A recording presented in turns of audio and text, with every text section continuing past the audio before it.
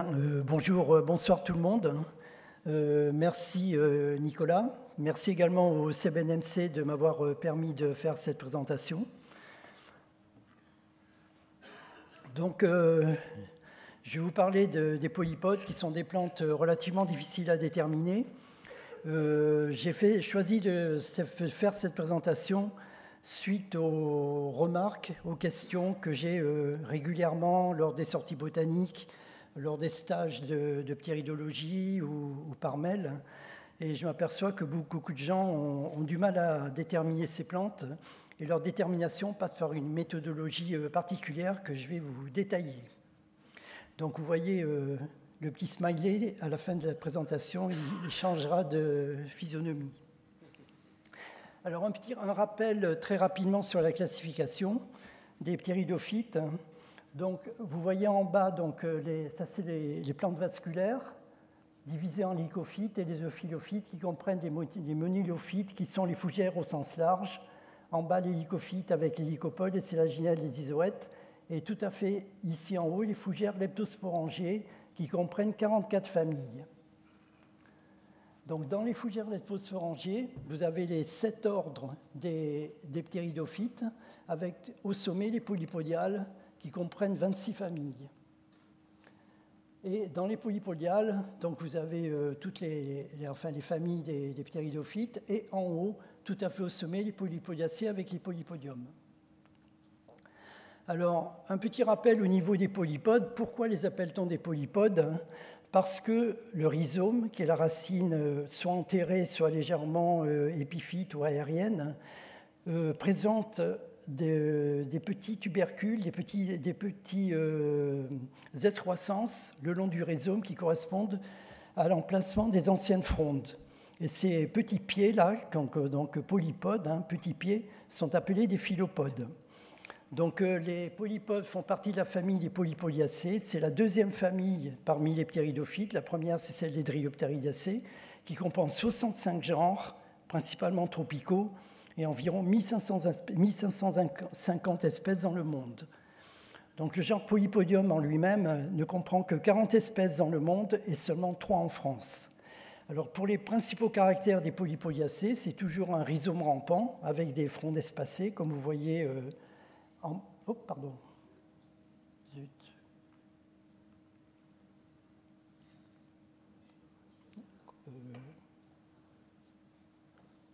Comment tu remontes ? Je suis aussi. Ah, il n'y a plus l'ordi là ? Non, il n'y a plus l'ordi. Comment tu remontes ? Ça doit être ça. Non, ça ne marche pas. Ah, merde, c'est fait que avancer ? Oui, ça fait que avancer. Nous avons un problème. Bon, tu peux... Tu peux peut-être remettre au début, la présentation n'arrive pas à reculer. Si, c'est bon. Oui, l'autre après. Ah. Ouais, attends. Celle d'avant. Voilà, donc oui, je reviens. Donc les principaux caractères des polypodiacées sont un rhizome rampant avec des frondes espacées, comme vous voyez ici en bas, là, donc le rhizome avec des frondes espacées, des frondes avec un limbe une fois découpé, donc un limbe penné ici, et puis des sores, donc qui sont les amas de sporanges, des sores sans indusie. L'indusie, c'est la petite membrane qui recouvre les sores en début de saison. Alors en Europe et en France, donc, il y a 3 espèces et 3 hybrides. Donc les 3 espèces, c'est Polypodium vulgare, Polypodium interjectum et Polypodium cambricum. Et pour les hybrides, Polypodium mentonnier, Polypodium chivasier et Polypodium fonkeri.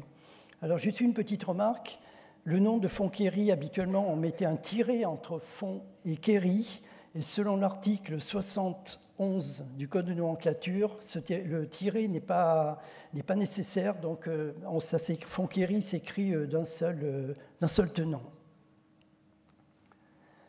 Alors voilà le schéma de ces polypodes. Tout à fait en haut, à gauche, vous avez Polypodium cambricum qui est diploïde. En haut à droite, le Polypodium vulgare qui est tétraploïde. Il est tétraploïde parce qu'il est issu de 2 espèces diploïdes, une espèce américaine qui est le Polypodium glycyrrhiza et une espèce asiatique qui est Polypodium sibericum. Donc ces 2 espèces diploïdes ont donné le Polypodium vulgare qui est tétraploïde. Et ce polypodium, le polypodium cambricum avec le polypodium vulgare, un jour se sont hybridés.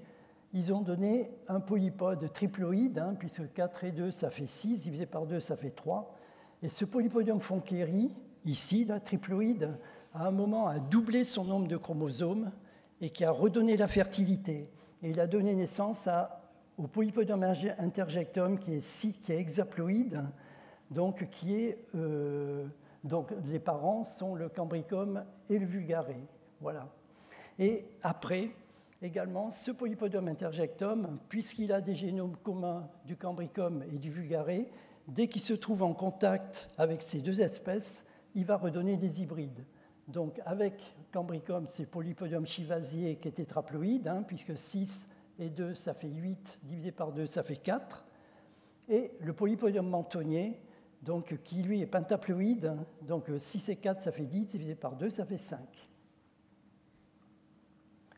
Alors, quels sont les caractères à observer chez les polypodes? Tout d'abord, à l'œil nu sur le terrain, il faut regarder l'écologie, si les plantes sont dans des roches, sur des rochers calcaires, des rochers ensoleillés, ou bien dans un vallon humide très encaissé, etc. Il faut regarder la forme du limbe, si ce limbe il est large, très allongé, réduit au sommet, avec une petite pointe, etc.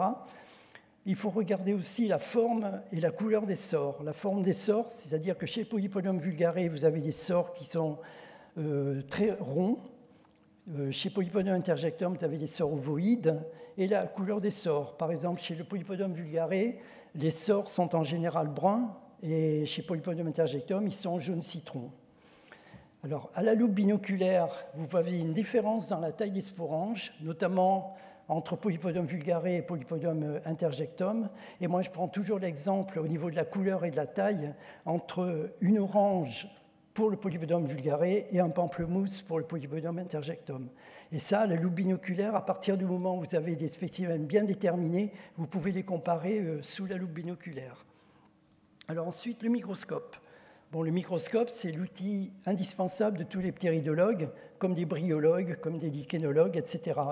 On est obligé de passer par le microscope. Alors, soit vous le faites quand vous rentrez chez vous en ramenant des frondes sur le terrain, et puis il y a des petits malins qui ont le microscope dans la voiture, donc avec un petit microscope portatif.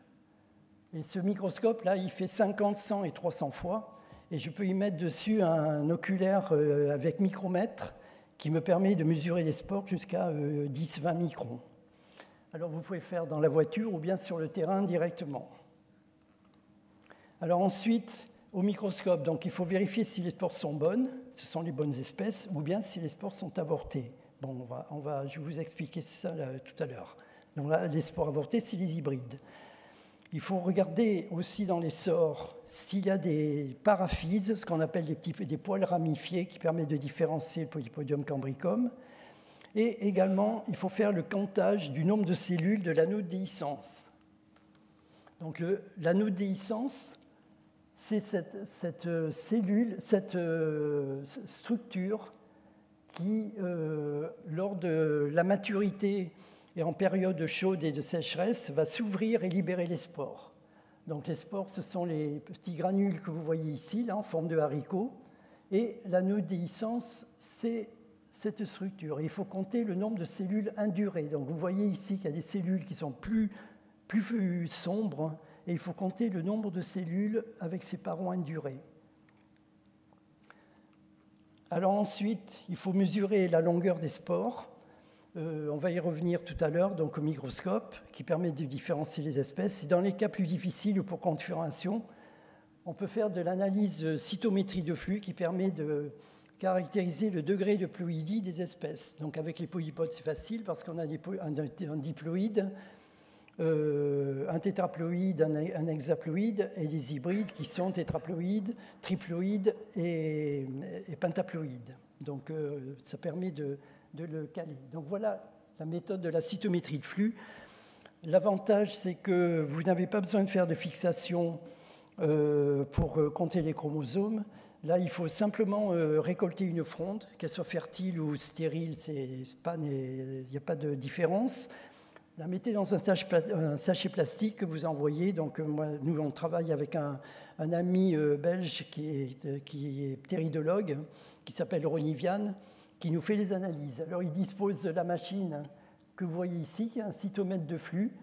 Donc, il faut broyer finement donc, quelques parties du limbe, quelques pinules. Ces pinules, elles sont ensuite mises dans un petit tube avec une solution.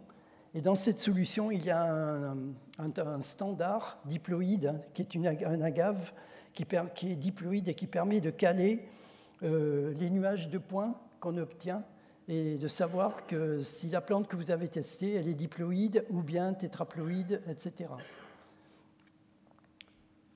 Ça, c'est la cytométrie de flux. Alors maintenant, on va passer aux espèces. Donc les 3 espèces dont je vous parlais, c'est Polypodium vulgare en haut à gauche, Polypodium cambricum en bas à gauche et le Polypodium interjectum. Donc le vulgare, vous voyez qu'il a un limbe qui est à bord parallèle, allongé avec une petite pointe au bout du limbe, ici. Tac. Le Polypodium cambricum qui est ici avec un limbe beaucoup plus large, très ovoïde, très large, aussi avec une petite pointe. Et le Polypodium interjectum, donc, qui a un limbe beaucoup plus allongé et surtout progressivement réduit au sommet du limbe. Alors au niveau de la phénologie, c'est-à-dire la période d'apparition des polypodes, contrairement aux plantes à fleurs, elles ne sortent pas au début du printemps et disparaissent à la fin de l'été. Chez les polypodes, c'est complètement différent. Ils apparaissent en fin d'été, en général dans le cours de l'automne. Ils fructifient pendant l'automne et pendant l'hiver. Et on peut les observer jusque vers le mois d'avril. Donc la meilleure période pour observer les polypodes, c'est pendant l'hiver, à partir du mois de novembre jusqu'au mois de mars. Alors voilà le Polypodium cambricum, donc vous reconnaissez le limbe très large, ovoïde, avec une petite pointe, et surtout, ce qui est particulier chez le Polypodium cambricum, c'est ces poils qu'on appelle des paraphyses, qui sont dans les sporanges, qui font à peu près la taille d'un sporange. Un sporange fait à peu près 1 mm, 1 mm 3 de long, et ces paraphyses font à peu près la même taille, donc c'est des poils ramifiés. Donc il faut les chercher dans les sores, il faut en gratter plusieurs pour obtenir ces paraphyses, et c'est vraiment très caractéristique du Polypodium cambricum. Alors Polypodium cambricum, au niveau de sa répartition, donc vous voyez les cartes ici, la carte qui vous montre une répartition méditerranéenne et atlantique, avec quelques remontées donc, sur le long de la vallée du Rhône, et puis un petit pointement vers Fontainebleau. Voilà. Ces cartes sont issues de notre livre sur les fougères et plantes alliées. Alors pour information, ce livre-là qui est paru chez Biotope en octobre 2021 est maintenant épuisé. Et nous sommes en cours de discussion avec Biotope pour le rééditer ou le réimprimer. On va voir comment on va faire avec des additions. Alors au niveau du Massif central, donc ici vous reconnaissez les 10 départements du territoire d'agrément du CBNMC, donc la Haute-Vienne, la Creuse, la Corrèze, l'Allier, le Puy-de-Dôme, le Cantal, la Haute-Loire, la Loire, le Rhône et l'Ardèche. Donc le Polypodium cambricum, vous voyez, c'est au niveau du CBNMC, il est très très rare. Il est présent essentiellement dans le sud de la Corrèze. Il est présent également dans tout le coin sud-ouest du Cantal, dans la vallée du Lot, en Auvergne, dans la plaine des Limagnes. Donc il est absent en Haute-Vienne, en Creuse et en Haute-Loire. Et on le retrouve aussi dans la Loire, dans le sud du Pilat, et également dans la vallée de la Loire, vers Saint-Maurice-sur-Loire, et dans la région lyonnaise. Par contre, il est beaucoup plus abondant sur la bordure de la vallée du Rhône et dans les Cévennes. Après, on le retrouve dans le sud du Massif central, sur les terrains calcaires du Massif central. Alors, au niveau du Polypodium vulgare et Polypodium interjectum, donc, je vous disais, au niveau des sores, les sores, ce sont les amas de sporanges qu'on trouve à la face inférieure du limbe. Donc, vous avez ici le Polypodium vulgare avec des sores qui sont ronds, petits et bruns. Alors que chez le Polypodium interjectum, vous avez des sores qui sont beaucoup plus jaunes, beaucoup jaune citron, ovoïdes et beaucoup plus grands. Et également, il y a une couleur dans le limbe. En général, le Polypodium vulgare a un limbe qui est vert foncé, alors que le Polypodium interjectum a souvent un limbe qui est vert jaunâtre, qui est issu de son parent Cambricum. Alors voilà l'observation des spores. Donc ici, vous avez des sporanges, qui sont ces amas, ces petits corpuscules avec l'anode déhiscence, l'anode qui permet la libération des spores, le pédicelle, et tout autour, vous avez des spores. Alors vous voyez que les spores que vous voyez ici là, sont jaunes, jaune citron, et pratiquement toutes bien formées. Bon, il y en a quelques-unes qui sont un petit peu irrégulières, mais la majorité sont bien formées. C'est ce qu'on appelle les bonnes spores. Ça, c'est les spores de Polypodium interjectum. Alors voilà les différences de spores au microscope. Chez Polypodium vulgare, donc toutes les photos que vous voyez ont été faites avec mon petit microscope de terrain. Donc vous voyez qu'avec un petit microscope, on peut faire des choses pas trop mal. Donc ici, une spore de Polypodium vulgare qui fait environ 50 microns de long, ici, et une spore de Polypodium interjectum, vous voyez, qui est jaune citron et qui fait 75 microns de long. Donc il y a une différence qui est assez notable et qui marche très bien au niveau des déterminations. Alors chez Polypodium vulgare, l'anode déhiscence est différent de celui de Polypodium interjectum. Vous voyez, ça fait des espèces de... ces anneaux sont très longs et le nombre de cellules est environ entre 10 et 14 cellules qu'il faut compter. Voilà. Et en général, il est très marqué, très brun-rouge par rapport au Polypodium interjectum qu'on va voir tout à l'heure. Donc ça, c'est Polypodium vulgare. Alors au niveau de sa répartition, donc le Polypodium vulgare, lui, il est présent dans toute la France et notamment très abondant dans tout le Massif central, le Massif armoricain, les Pyrénées, le nord des Alpes, et ça et là, après, selon les milieux, dans le reste de la France. Au niveau du Massif central, vous voyez qu'il est très abondant sur tout le Massif central, et notamment dans le Cantal, Haute-Loire, Puy-de-Dôme, dans toutes les régions de plus grande altitude. Alors le Polypodium interjectum, le voilà. Donc je vous ai remis ici en exemple l'anneau déhiscence du Polypodium vulgare pour voir la différence. Vous voyez que les anneaux sont beaucoup plus clairs et le nombre de cellules de l'anneau déhiscence fait entre 7 et 10 cellules. Donc il faut compter une par une, vous voyez, 1, 2, 3, 4, 5, 6, voilà, etc. Et ici, donc on le voit très bien, donc il y a 1, 2, 3, 4, 5, 6, 7 cellules. Voilà. Donc il faut prendre le temps de vérifier, c'est relativement... Bon, ça prend un petit peu de temps. Moi, ce que je fais, c'est que sur une lamelle, je gratte des sorts et je mets une petite goutte d'un mélange d'eau de javel et d'eau de javel diluée. Parce que l'eau de javel permet d'ouvrir les sporanges, d'ouvrir les paraphyses et d'éclaircir les spores. Donc ça permet une meilleure observation. Alors au niveau du Polypodium interjectum, sa répartition, donc elle est censée... Oh, pardon, zut, excusez-moi, voilà. Donc le Massif central, le Massif armoricain, et puis ça et là dans tout le reste de la France, il est moins fréquent quand même que le Polypodium vulgare. Donc vous voyez avec la carte ici des départements du Massif central, il est assez fréquent donc, dans le Cantal, on le retrouve énormément aussi dans le Limousin, toute la partie ouest du Limousin, et ça et là aussi le long de la vallée du Rhône. Il est un petit peu plus rare que Polypodium vulgare. Alors maintenant, après les 3 espèces qu'on a vues, donc avec les bonnes spores, etc., on va passer aux hybrides. Donc l'affaire se complique. Alors déjà, au niveau des hybrides, il y a un caractère qui, sur le terrain, peut vous attirer, c'est la couleur des sorts. On a vu tout à l'heure que le Polypodium vulgare avait des sorts qui étaient bruns.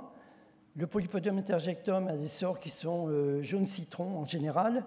Et ici, vous avez des sorts qui sont de couleur un petit peu beige et légèrement brunâtre. Et quand vous voyez cette couleur, un petit peu, cette forme avec des sorts qui sont avec des couleurs, soit vous voyez un mélange de couleurs, vous vous dites, bon, il est possible que ça soit un hybride. Alors voilà la morphologie de ces 3 hybrides dont je vous ai parlé tout à l'heure. Hein. Polypodium mentonnier, c'est interjectum par vulgare. Polypodium chivasier, c'est interjectum par cambricum. Et le dernier, Polypodium fonkeri, c'est cambricum par vulgare. Donc, vous voyez la morphologie du limbe. Donc, chez le mentonnier, c'est un limbe... décidément. C'est un limbe qui est très, très allongé, relativement étroit et surtout très effilé au sommet. Ça ne ressemble ni à un vulgare ni à un interjectum, donc vous vous dites que ça peut être un hybride. Pour le polypodium chivasier, lui, il est beaucoup plus large, il a un limbe très très large puisqu'il a l'un de ses parents est du cambricum, et donc un limbe très très large et avec un sommet relativement arrondi en haut. Et il peut avoir, on va voir tout à l'heure, il peut avoir de microparaphyses dans les sores. Et le troisième, c'est Polypodium fonkeri, qui est très difficile à reconnaître. Alors le jardin botanique de la Tête d'Or, là sur leur stand, ils en ont amené dans un pot. Donc il y en a, vous pouvez le toucher et le voir directement sur le stand de la Tête d'Or. Et il se reconnaît donc avec un limbe qui est relativement large en bas et surtout très réduit au sommet, donc avec des côtés parallèles et surtout des pennes qui sont serrées. Alors par exemple, sur le terrain, quand vous tombez sur une population comme cela, bon, déjà, vous dites c'est pas du cambricum, puisque le limbe est relativement étroit, allongé. C'est pas du vulgare parce que le limbe est effilé au bout. C'est pas du cambricum parce qu'il est trop long. Donc vous vous dites il y a de grandes chances que ça soit un hybride. Et effectivement, celui-là, il vient de Vendée. Et j'ai vérifié les spores et c'est du Polypodium mentonnier, donc l'hybride entre interjectum et vulgare. Alors voilà les spores avortés des hybrides. Tout à l'heure, vous avez vu des bonnes spores de Polypodium interjectum qui étaient jaunâtres, jaune citron un peu, alors que chez les hybrides, vous voyez des spores qui sont grisâtres et surtout qui sont très hétérogènes. Donc vous avez parfois quelques bonnes spores, mais des spores aussi très rondes, ou alors des spores complètement mal formées. Voilà, ça c'est caractéristique des hybrides. Alors pourquoi y a-t-il les bonnes spores ? C'est tout simplement que le Polypodium mentonnier, c'est l'hybride entre interjectum et vulgare. Et interjectum, il a déjà du vulgare dans ses génomes. Donc automatiquement, vous avez des génomes du vulgare, des chromosomes de vulgare qui vont s'apparier. Et donc, vous pouvez avoir des formations de bonnes spores. Alors, voilà une autre image de spores avortées de Polypodium mentonnier, donc avec des spores, quelques-unes bien formées, d'autres complètement irrégulières, puis des fois des grosses spores bien rondes qu'on appelle les diplospores. Alors voilà encore un exemple de spores avortées. Donc vous voyez quelques bonnes spores au milieu, ici des diplospores très rondes, et puis des spores grises dont je vous parlais, il y a les spores grises caractéristiques des hybrides. Alors le Polypodium mentonnier, lui, donc il est présent pratiquement dans toute la France, hein. Il y a quelques départements récalcitrants, là, mais bon, il va falloir leur régler leur sort un de ces jours. Et pour le Massif central, donc vous voyez que sa répartition, il est dans tous les départements du CBN, du CBNMC. Il est relativement fréquent dans le Limousin, beaucoup plus rare dans d'autres départements, mais il est quand même bien présent. Le problème est d'arriver à le repérer sur le terrain. Alors, le deuxième hybride, c'est Polypodium chivasier. Donc voilà ici un cas d'école. Ces frondes ont été récoltées donc, au sud de Clermont par Gilles Thébault récemment. Et lorsque je suis passé à Clermont, donc à l'herbier, il me les a fait déterminer. Et sur celui de gauche, ici, donc on a vérifié les spores au microscope. Et dans les sores, on a trouvé des paraphyses. Donc c'est automatiquement le Polypodium cambricum que vous reconnaissez avec sa morphologie, avec son limbe très large et puis sa petite pointe au sommet. Donc avec des paraphyses. Polypodium cambricum. À droite, au fond, un autre polypode avec un limbe beaucoup plus allongé, mais progressivement réduit au sommet. Et donc en vérifiant au microscope le nombre de cellules de l'anneau de déhiscence, c'était entre 7 et 10, des spores de 75 microns, et c'était Polypodium interjectum. Et puis dans cette population, Gilles Thébault a trouvé des frondes de cette plante ici, beaucoup plus larges, un petit peu arrondies au sommet, là en cloche. Et donc, cette plante avait des spores avortés et c'est Polypodium chivasiae. Donc ici, vous voyez typiquement l'hybride entre ces deux parents, hein, Polypodium chivasiae entre cambricum et interjectum. Là, ça marche vraiment très bien, mais sur le terrain, des fois, ce n'est pas toujours le cas. Alors voilà les spores avortés donc, du Polypodium chivasiae, qui sont comme les spores de Polypodium mentonnier, des spores grises et très hétérogènes. Bon, avec quelques spores bonnes, hein, toujours parce que l'interjectum dans ses parents a du cambricum. Donc voilà, et des spores irrégulières, hein, mal formées, donc caractéristiques de ces hybrides. Et alors, dans le Polypodium chivasiae, la particularité, c'est que parfois, vous pouvez avoir des paraphyses atrophiées.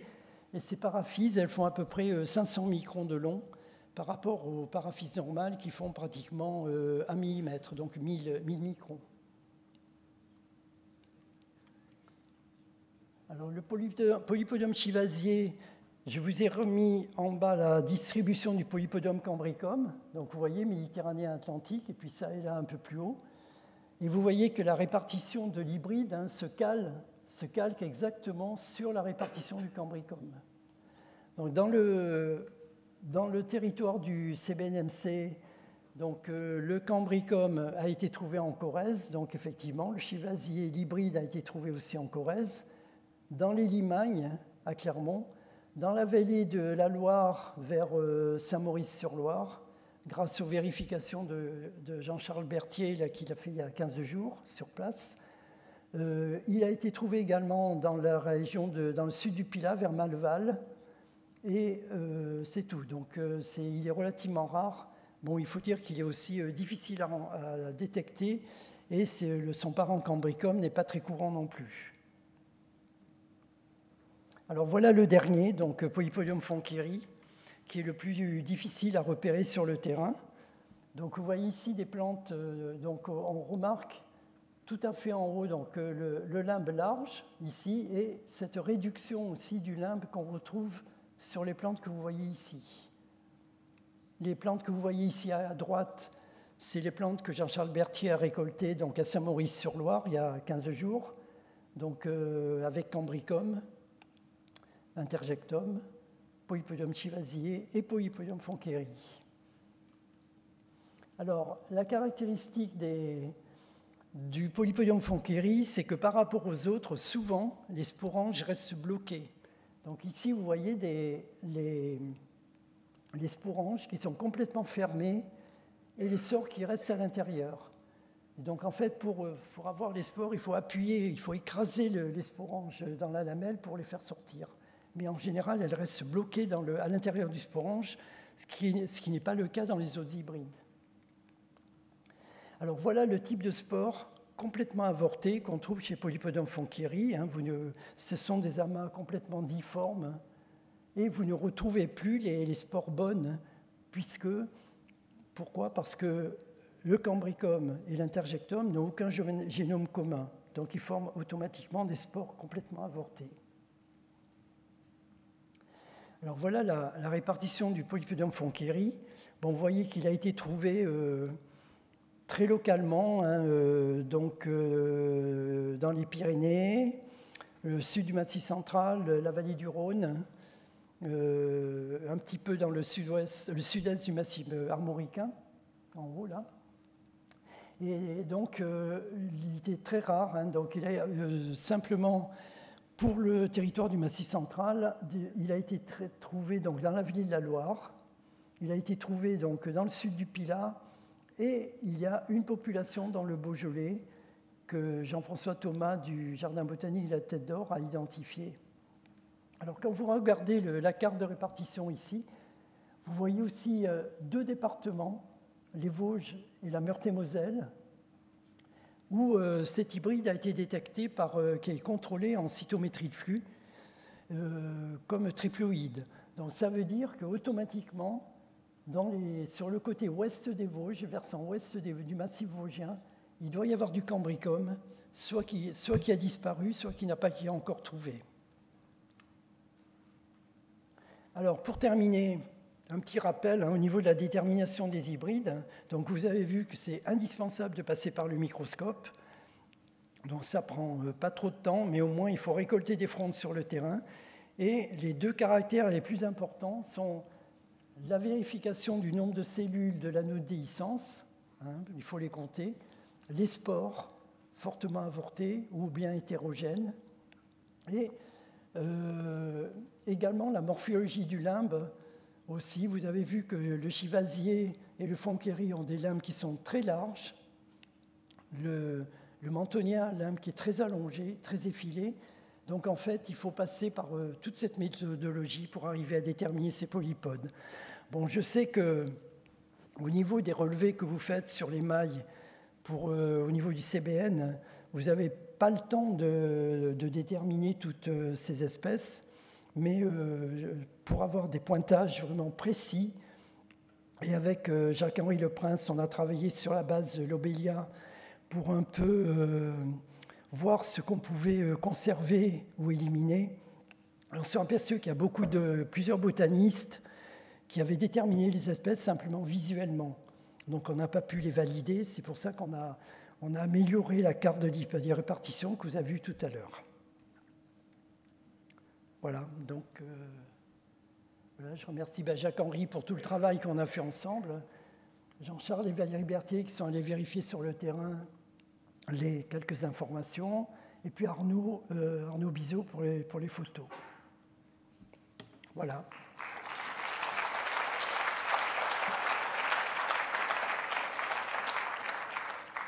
Bon, mais je pense que le nombre de données va exploser parce que là, plus personne n'a de raison de pas noter ces hybrides sur le terrain. Voilà. Alors, est-ce qu'il y a des questions?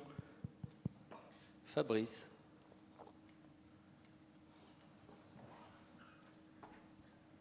Oui, j'avais une question complètement néophyte, mais est-ce qu'on a une idée sur quel nombre de kilomètres de distance les sores peuvent se disperser et donc coloniser de nouveaux secteurs? Pardon, la distance de dispersion des sores pour la colonisation. Alors, là, je crois que, au niveau de la distance de dispersion des spores, on n'a jamais étudié le phénomène, mais ce qu'il faut savoir, c'est que les spores de polypodes, comme les spores de ptéridophytes, elles font 30 ou 50 microns. Et 30 ou 50 microns, vous soufflez et avec le vent, les oiseaux sont disséminés partout, quoi. Donc en fait, un polypode peut avoir, à mon avis, plusieurs kilomètres de dissémination. Et où c'est difficile aussi, c'est que je complète, c'est que dans certaines régions, comme les Pyrénées-Orientales, le Tarn, dans les Deux-Sèvres, dans le Lot, vous trouvez les 3 polypodes ensemble, le cambricum, l'interjectum, le vulgaré, et bien sûr les 3 hybrides ensemble, des fois sur des mêmes rochers, des mêmes murs, et là c'est un petit peu compliqué, mais avec la méthodologie, en serrant les frondes, on arrive à une bonne détermination.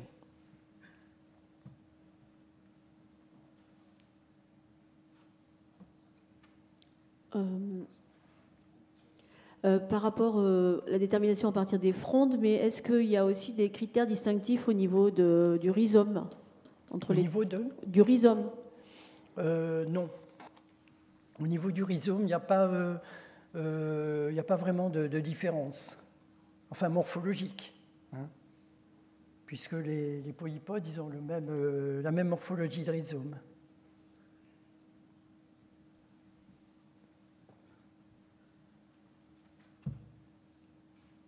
en a une derrière. Là.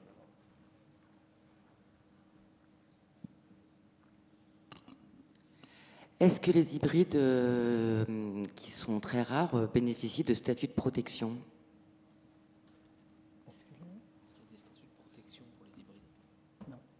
Alors, au niveau des polypodes, en France, il n'y en a aucun qui sont protégés, puisque vous avez vu qu'ils sont tous très courants, donc il n'y avait pas de raison particulière de les protéger. Par contre, les hybrides, aucun hybride n'est protégé. Donc voilà, peut-être, alors par contre, le cambricum doit être protégé dans une ou deux régions, je crois. Il faudrait que je vous dirai ça tout à l'heure.